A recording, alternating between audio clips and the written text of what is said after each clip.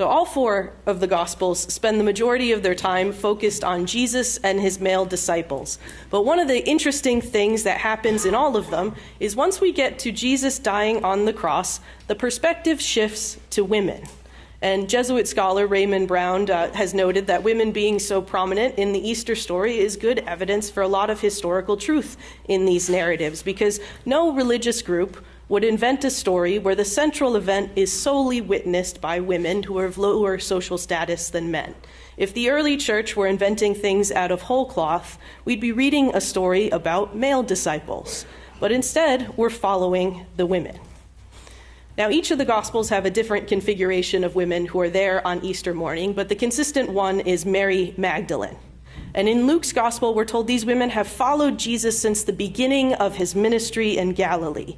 And these women watched Christ die on the cross, and they follow to see where he's buried. And then the next day they rest because it's the Sabbath, it's Saturday.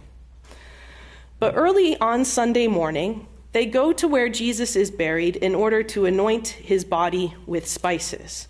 Now, because Jesus was crucified, none of the normal rituals around death that family and friends would have performed were able to happen. And all cultures have customs around death. They help us, the living, adjust to our loved ones being dead. And they also give us stuff to do when we don't really know what to do. Rituals around death give structure to times when it feels like our worlds are falling apart. So the women here try to pick up the pieces of their shattered hopes by giving at least the broken body of their friend as decent a burial as could be given in the circumstances. Jesus was dead, executed in humiliation on the cross, but they could at least give him some dignity in death. But they get to the tomb and the stone is rolled away. They then enter the tomb and find no body. Jesus is gone. And they don't get much time to think about this other than to be perplexed when two men in dazzling clothes appear beside them. And these men are very likely angels. So the women are terrified. They bow their heads. But then the men say, "Why do you look for the living among the dead? He's not here, but has risen.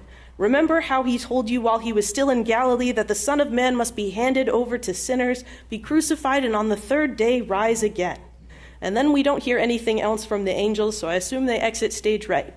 And then we're told the women remember Jesus' words, and they run to tell all the other disciples. But everyone dismisses what they have to say as merely an idle tale, and they don't believe the women. All of them except Peter. Peter runs to the tomb to see things for himself, and after seeing the empty tomb, he goes back amazed. It seems he doesn't know quite what to make of what's happened. Now, there are a few things to note here. The first one is that the angels telling the women to remember what Jesus taught them means that they were there when Jesus was teaching things, so they heard what the men heard. And what's interesting about that in Luke is that the risen Christ doesn't make an appearance on Easter morning. He shows up to the disciples in the evening, and if this were the olden days, we'd have a second evening Easter service, and we'd read that story then. But because Jesus doesn't appear on Easter morning, all the women have to go on for believing in the resurrection is remembering what Jesus told them and then the words of the angel. And that's enough. They believe and they run from the tomb to tell everyone else. And in the other gospel accounts, the angels or Jesus tell the women to inform everyone. But in Luke, the women tell everyone Christ is risen of their own accord.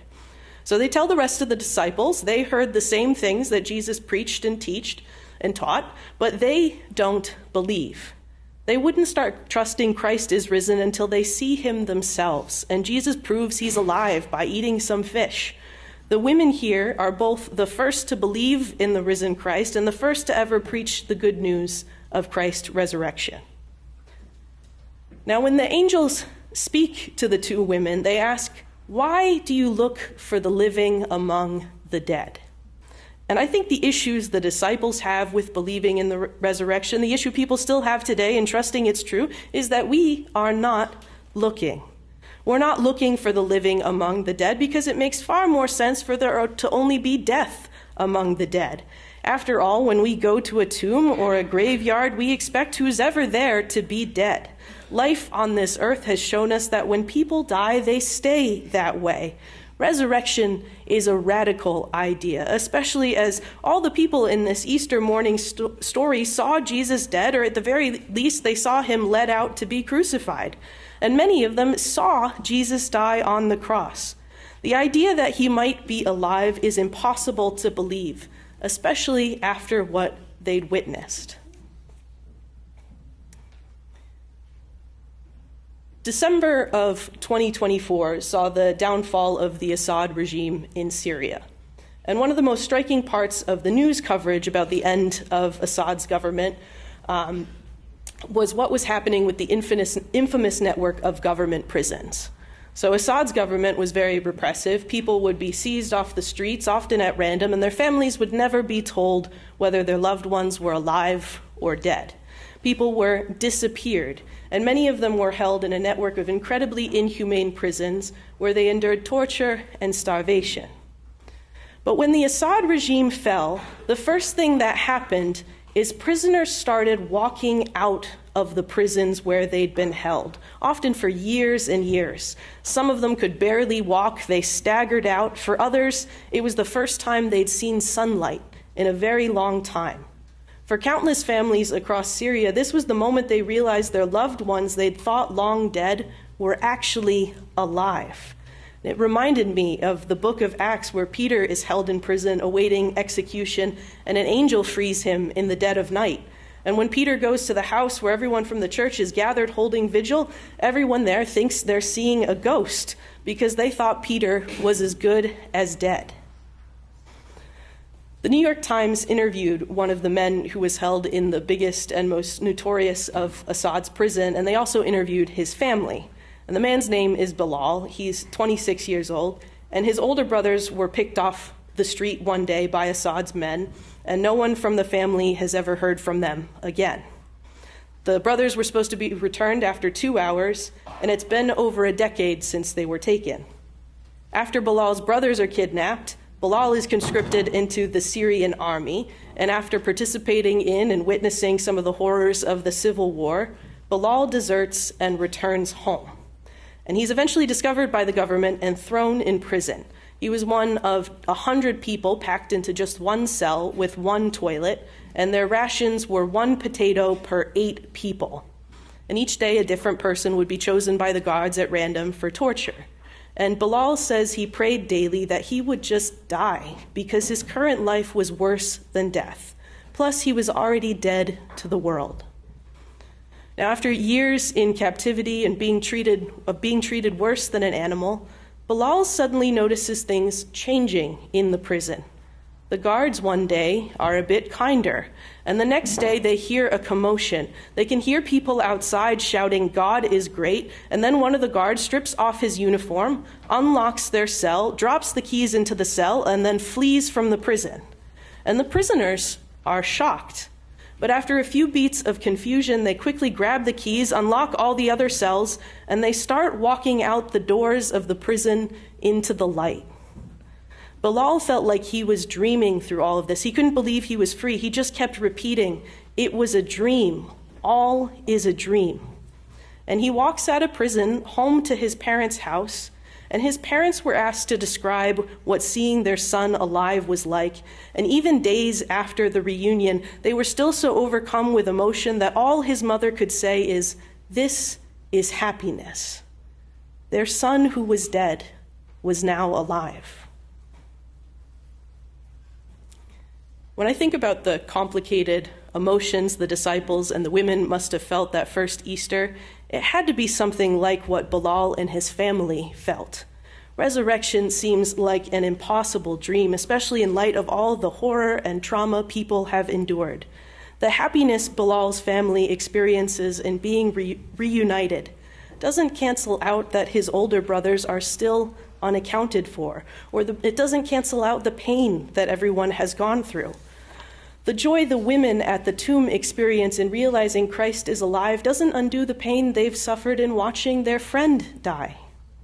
This is joy. This is good news that comes in the midst of real life. And real life is hard and complicated, sometimes more than we can imagine. And the good news shows up in the middle of this mess of life. That God shows up is the good news at the heart of the incarnation. It's the good news at the heart of the life, death, and resurrection of Jesus Christ. The good news specifically of the resurrection is that the harm, the pain, the death evil is capable of inflicting doesn't stop the good, the love, the grace, and the life that God is bringing. The resurrection turns the cross, a tool of execution, repression, and torture, into a source of hope. Psalm 126 says, "When the Lord restored the fortunes of Zion, we were like those who dream." It's saying that when God brought the Israelites home after decades in captivity, it felt like a dream. And Bilal describes his freedom from captivity the same way. What the resurrection and all of God's liberating actions in the world do is they give us dreams. We experience a moment where things are too good to be true, but they indeed are true. A dream come to life. Resurrection expands what's possible and gives hope for what could and should be. If Jesus doesn't stay dead, if Jesus is alive, then far more is possible with God than we could have ever imagined. If God can transform the defeat of death on the cross into the victory of life, there is hope for transformation for anyone and everyone.